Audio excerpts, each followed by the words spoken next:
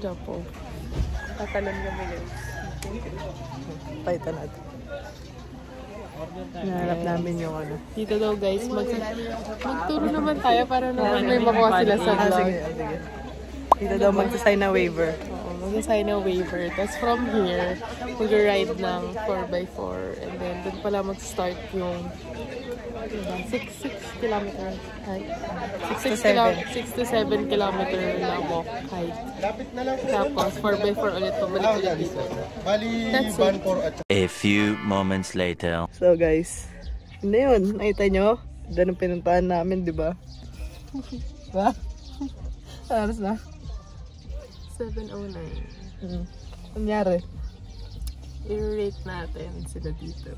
0 stars, Charis. Guys, sana nag-camping na lang kami. Kung nag-camping kami, set up na yung tent ngayon. Nako.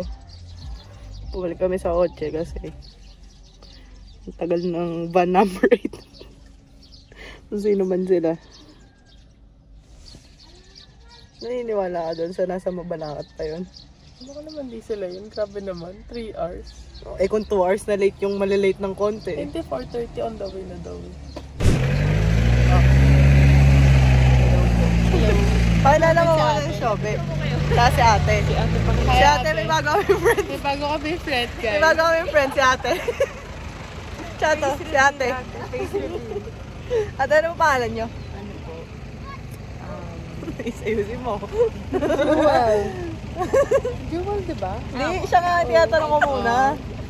Ayun, Jewel yung name. Okay, ito si Ate Jewel. So, ito Ate, na. face reveal naman. Okay, so guys, from here, 3 kilometers pa daw. 3 kilometers. Oo, sabihin mo muna yung mga kinainis mo. Ano ba? Hirapan ako. Sa dami nung kinainis sinira. Sa dami na sinasabi mo kanina. Shoot ako, B. Diba? Unang-una, yung call time. Oo, kasi pagod na magkwento. Sasabihin ko lang sana na 3 kilometers daw yung hike from here. Oh, tapos sabi guys, roughly 1 hour. 4x4 daw yung sasakyan. Naniniwala ba yung 4x4 yan? Ang jeep lang. Si Karen pumunta pa dito para makasakay ng jeep. Kaya nga eh. Ano ba yan? Kolong-kolong lang tawag dyan, guys. Kasakay ka lang pala ng jeep, dinamay mo pa kami. Guys, nakikita niyo ba yung kolong-kolong namin? Yun. Ito. Yan guys. Yan. Ate, sabi kanina bawal sumigaw, di ba? Pag naiinis. Sigaw ka doon sa taas mamaya. Solo hike pala. Sabi mo. Nasaan ka?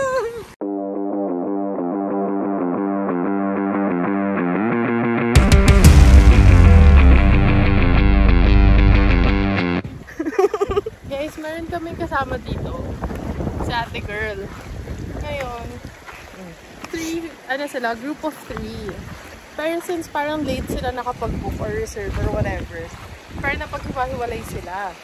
Parang silang nag-soul searching na ngayon kasi solo trip na, solo hike. Yan si ate. Oh, yun si ate. Oh, kita mo si ate. Solo diba? hike. Sad na siya. Ngayon, I feel like mali ng organizer yun. Kasi dapat sinabi nila from the beginning na hindi na sila magsasama-sama ever.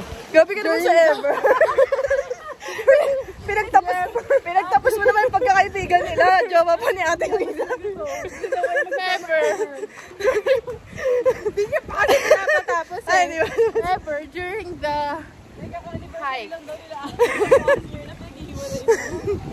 Oh. So yun yung number 1 na negative review dun sa organizer. Teka lang. Nadudulas tayo Number dalawa, babe. 2, sinabi ko na yata kanina, yun nga yun late silang nagme-message or late nag-update regarding sa meet-up or whatever, ganyan. Tapos yung changes naman nila is not something na maliit lang yung difference. Kasi yun malaki mga 5 hours. Ganun. Kasi sabi nila 10 AM daw dapat dito sa Tarlac. Migi naman 5. Tapos mga 7:30 na nila sinabi na Wait lang, kasi may kasalubong nga tayo, padalin mo natin sila. Sa pagsakay. Gumanon pa doon pa ano? Sama ko sa kanila para happy sila. Anong chismis? So, wala, naawa lang ako. Tapos hindi rin sumasagot yung organizer. Yung name niya is Clang from GA Outdoors. Actually, di naman sa kanila ako una nag-inquire. Dun sa MG something. MG, CLSTN, whatever. Basta yon. Madami naman silang good reviews and everything. Pero parang tomorrow pa talaga yung tour nila. So, I asked kung meron ba silang may-refer na friend or kakilala na trusted, kanya. Sila yung nag-refer ng J Outdoors. So, hindi na ako tingin ng feedback doon kasi nga, na-refer naman nila. Parang I don't think kasi you would refer something na that would bring your name down as well. So, diba? Mag-refer ka ng someone you trust din naman. So, I guess, mali sila din. Tapos? Ano ba? Ano bang pwedeng laman ng vlog natin? Actually, nahirapan na ako. Ano ba? Buti na lang, daming pasalubong ni Achi pag umaalis siya. Dapat nga dadalhin kayo isang film. Nakalimutan ko. Tapos, ano pa ba? So, moving on, sa positive naman, yung hike, regarding the hike, okay naman, patag siya. So far. Incline, pero difficulty-wise, as hindi naman ako athlete, it's not that difficult. Hindi, kasi iniwasan ko yung bato. It's not that difficult. Oh, guys. It's just that. Pero pag namumundo kayo katulad ko, boring. It's just that. Ayoko yung parts na mainit, guys. Doon lang tayo sa malamig.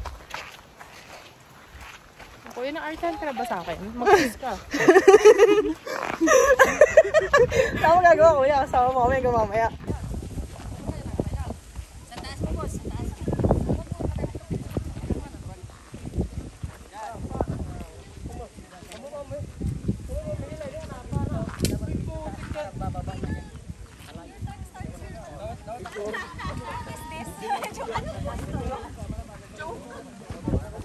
Sabi, nakita mo yun?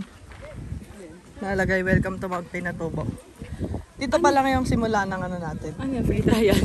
Trial lang yung kanina. Ngayon pa lang yung simula talaga. So, ngayon pala magbilang ng 3 kilometers. Totoo? Oo. Init.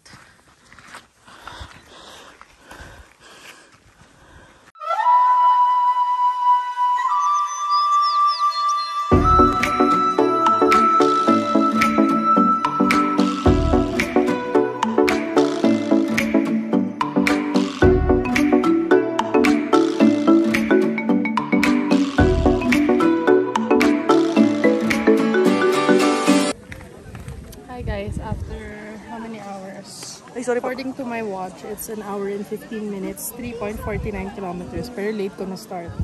A total of 6,347 steps. We've reached the crater. So tired.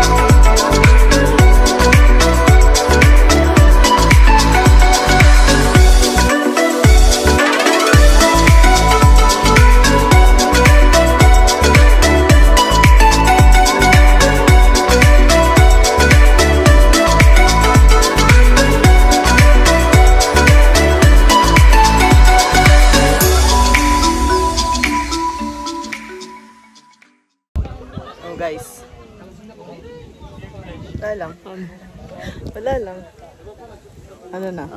Time check, 1 p.m. Ay, sana may angle ko. Dito ka. Di mo nakikita yung mga kasama mo? So, time check, 1 p.m. Pero ako nasunod na Nakapila.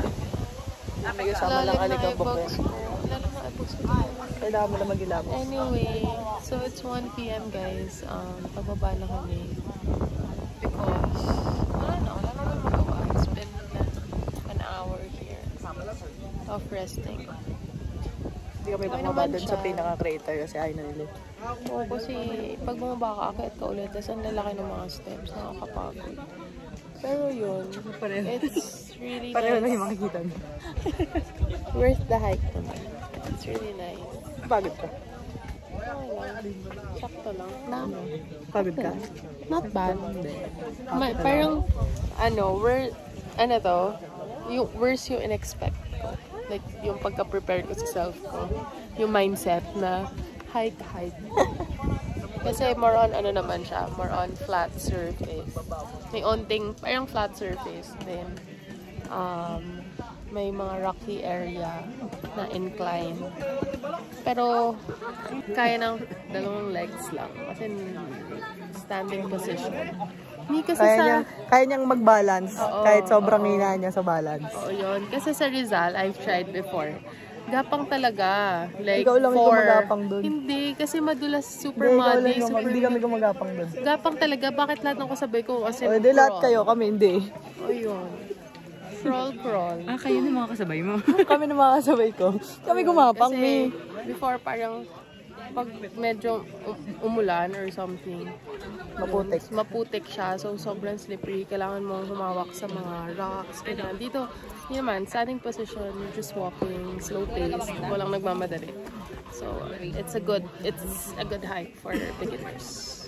Huwag kayo maniniwala kasi dun sa Rizal na pang-beginner. Hindi siya pang-beginner, guys. Meron nga akong hike dun eh. Hanggang tuhod yung putik me. Parang if I choose between Pulag or Rizal, Pulag na lang. Pulag tayo. No. Pulag tayo. Nga ba? Yes. Pero Yes yun. daw, guys. Pulag kami. Abangan nyo. Pero yun, mas pipiliin ko yun kasi at least sa Pulag, yung dinadaanan is pathway talaga. May certain area lang na super hirap, pero pathway siya. Sa Rizal kasi, as in, Pathway din naman yun. Sa gitna nga lang ng bato. bato talaga, tapos ang gulo. Walang certain terrain. Ano tawag doon? Kasi sa Rizal, yung mga bundok doon, ang difficulty na nun, 5 pataas. Tapos yung bato kasi doon, matulis, matalim na spiky. Siya matigas. Nakakasugat talaga yung bato doon. Totoo naman. Kaya nga ina-advise na naka-gloves eh. Ayun, gloves. Yun lang. So, bababa na kami. Yeah, we'll update you again. Once dito pala, halfway, merong mga grilling area. May benta ng food tsaka water. Like hot dogs and everything. Tapos, in between those... Pwede ka talaga umakit ng wala kang dala. in between those, halfway, gets mo quarter. Basta meron, may basta mga yun. bibilan ng water, Sa- Gatorade, may mga soft drinks, ganun. mga drinks. Pero halfway yung may food. So, ako, feeling ko, ito talaga, pang-beginner. Yeah. And the weather's not bad. Mainit, pero hindi naman all throughout trick yung araw. Like, may mga shaded areas. Tapos mahangin. Yung hindi malagkit yung hangin. Yeah. Yun lang, bye.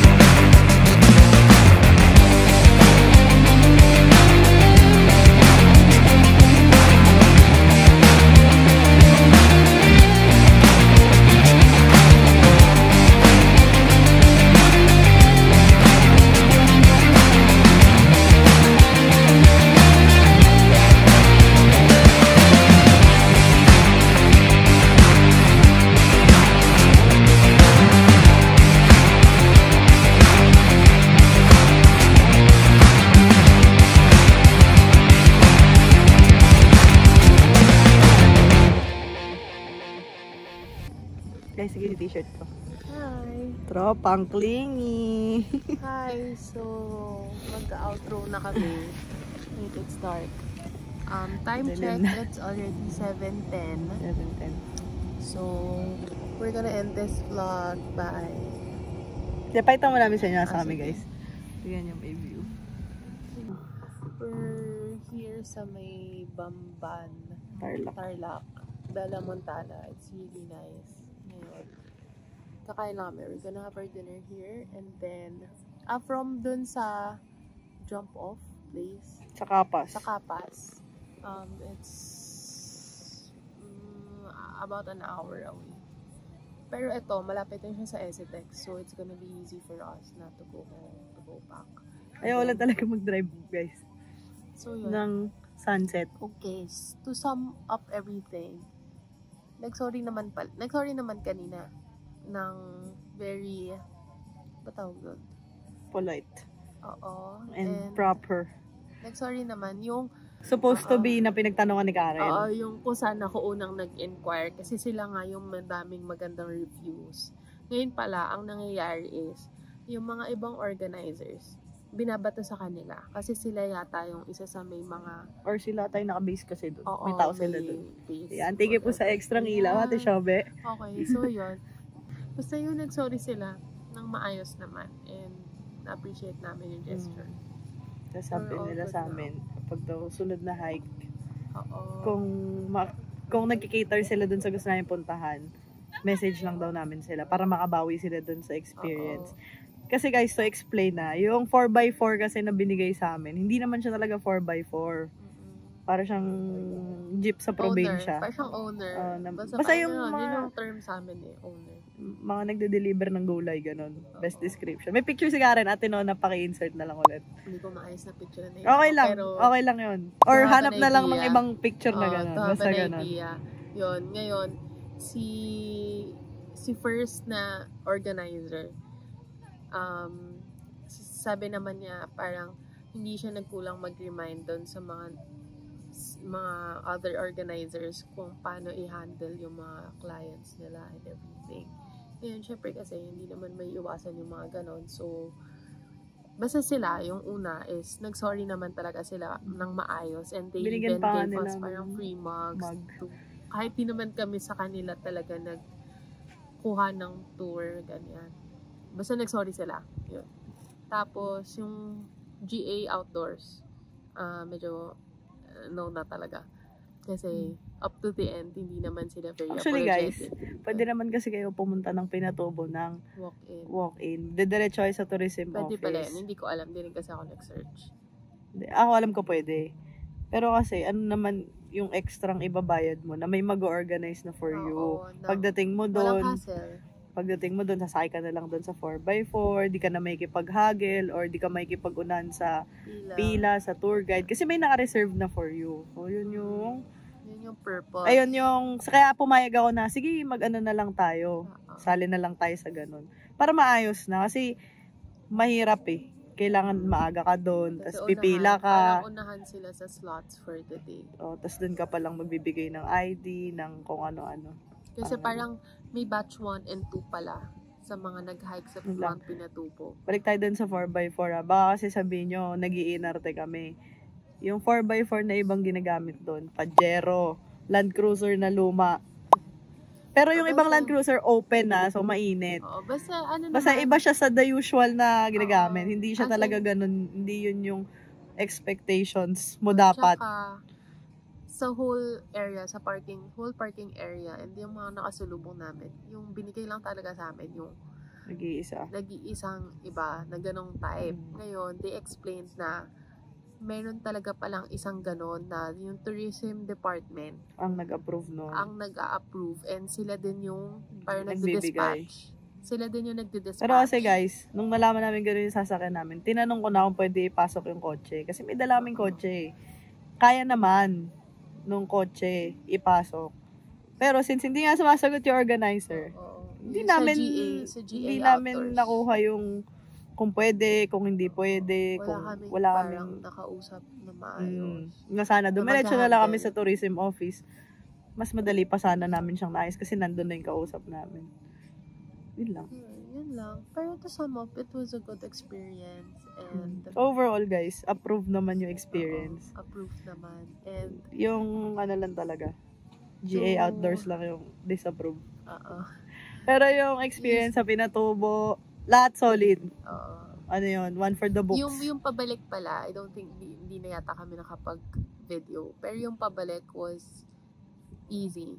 Kasi parang 1 hour na nakuha non-stop namin siya walk ng na hindi naman kami yung hingal na hingal. Parang chill lang, katawanan lang, ganyan. Pwede Parang talaga naglalakad-lakad. pwede siya sa beginner talaga. Oo, As kasi in, actually, nung paakyat kami, meron kaming mga nakakasalubong na may mga pets, may kids, ganyan. So, hindi naman yung super toddler, pero enough na makakalakad na silang mag-isa. So, Tsaka may mga pets. kung ako tatanungin, kung merong first time mag-hike, isa yan sa masasuggest ko. Yeah. Na pwedeng itry muna kung gusto nyo talaga yung mag-hike or not. Isakto nyo lang na okay yung weather. Kasi I think nakadagdag yun. Kaya hindi kami super duper pagod. Kasi hindi naman talaga sobrang Init. Kasi mahangin siya. May parts lang na tirik yung araw pero may hangin. So it kinda helped. And to end the day, we're gonna have our dinner here sa Bella Montana. Super chill and Para masabi na meron kaming semi-camp. yeah. Gusto ko sana guys, diretso na to ng camping eh. Kaso wala kasi kami dalang tent, wala kami dalang gamit. So, paano kami magka-camp, di ba? Tsaka super, super affordable here. Siguro babalik kami here sometime. We'll see. Pero super affordable here. 50 Parang pesos lang yung binayad. 20 pesos for the environmental fee per person and then 50 pesos per person for the entrance and 50 for the parking per car. So, total of around 200 yun. Tsaka maluwag sila, hindi sila yung Yeah. dito lang. Tsaka Dapat kahit yung gabi, spot mo. kahit gabi na walk-in, Pwede. very accommodating naman sila. Parang enjoy, ganyan, blah, blah. Yun. Good night, guys. You know, now are you proud? Seryoso ang ating vlog today. May ganap, may laban. Hindi si chairman ang nag-review, hindi si chairman ang, di ba? Naka-survive kami guys. So proud naman kayo. Chairman lang lagi seryoso Oo. nagre-review Kasi laging eh. si chairman na nagre-review, tapos ako, wala, ako lang camera, ganun. Eh, nasita kami kasi yung last na vlog, wala daw laman. Walang content, walang... So, bumawi kami ngayon. This vlog. Yun lang. Yun lang. Hindi na ipapakita yung dinner namin. Nothing special. Wala kaming chef. Oo, fast food lang. Na Pakita ko na lang drive-thru. sa inyo yung view namin. Okay. Yun lang. 1, 2, 3, Bye, guys. Bye. Nag-hike na siya. Sana sa susunod na camp makasama na siya. Bitch, sa'yo mo naman tutok yung light. Bakit? Yan. Hindi, ano man sabi mo? Approve hindi. Alin? Yung experience mo today. Sa Morte Campers parang... Is it approve Okay or naman. not? So, okay As a sa'yo. beginner. Okay. Ulit ka pa. Pwede. Sa Pwede. ganun ulit. Paulit ko doon. Hahanapin ko si ano eh. Sige na. Bye guys. Bye.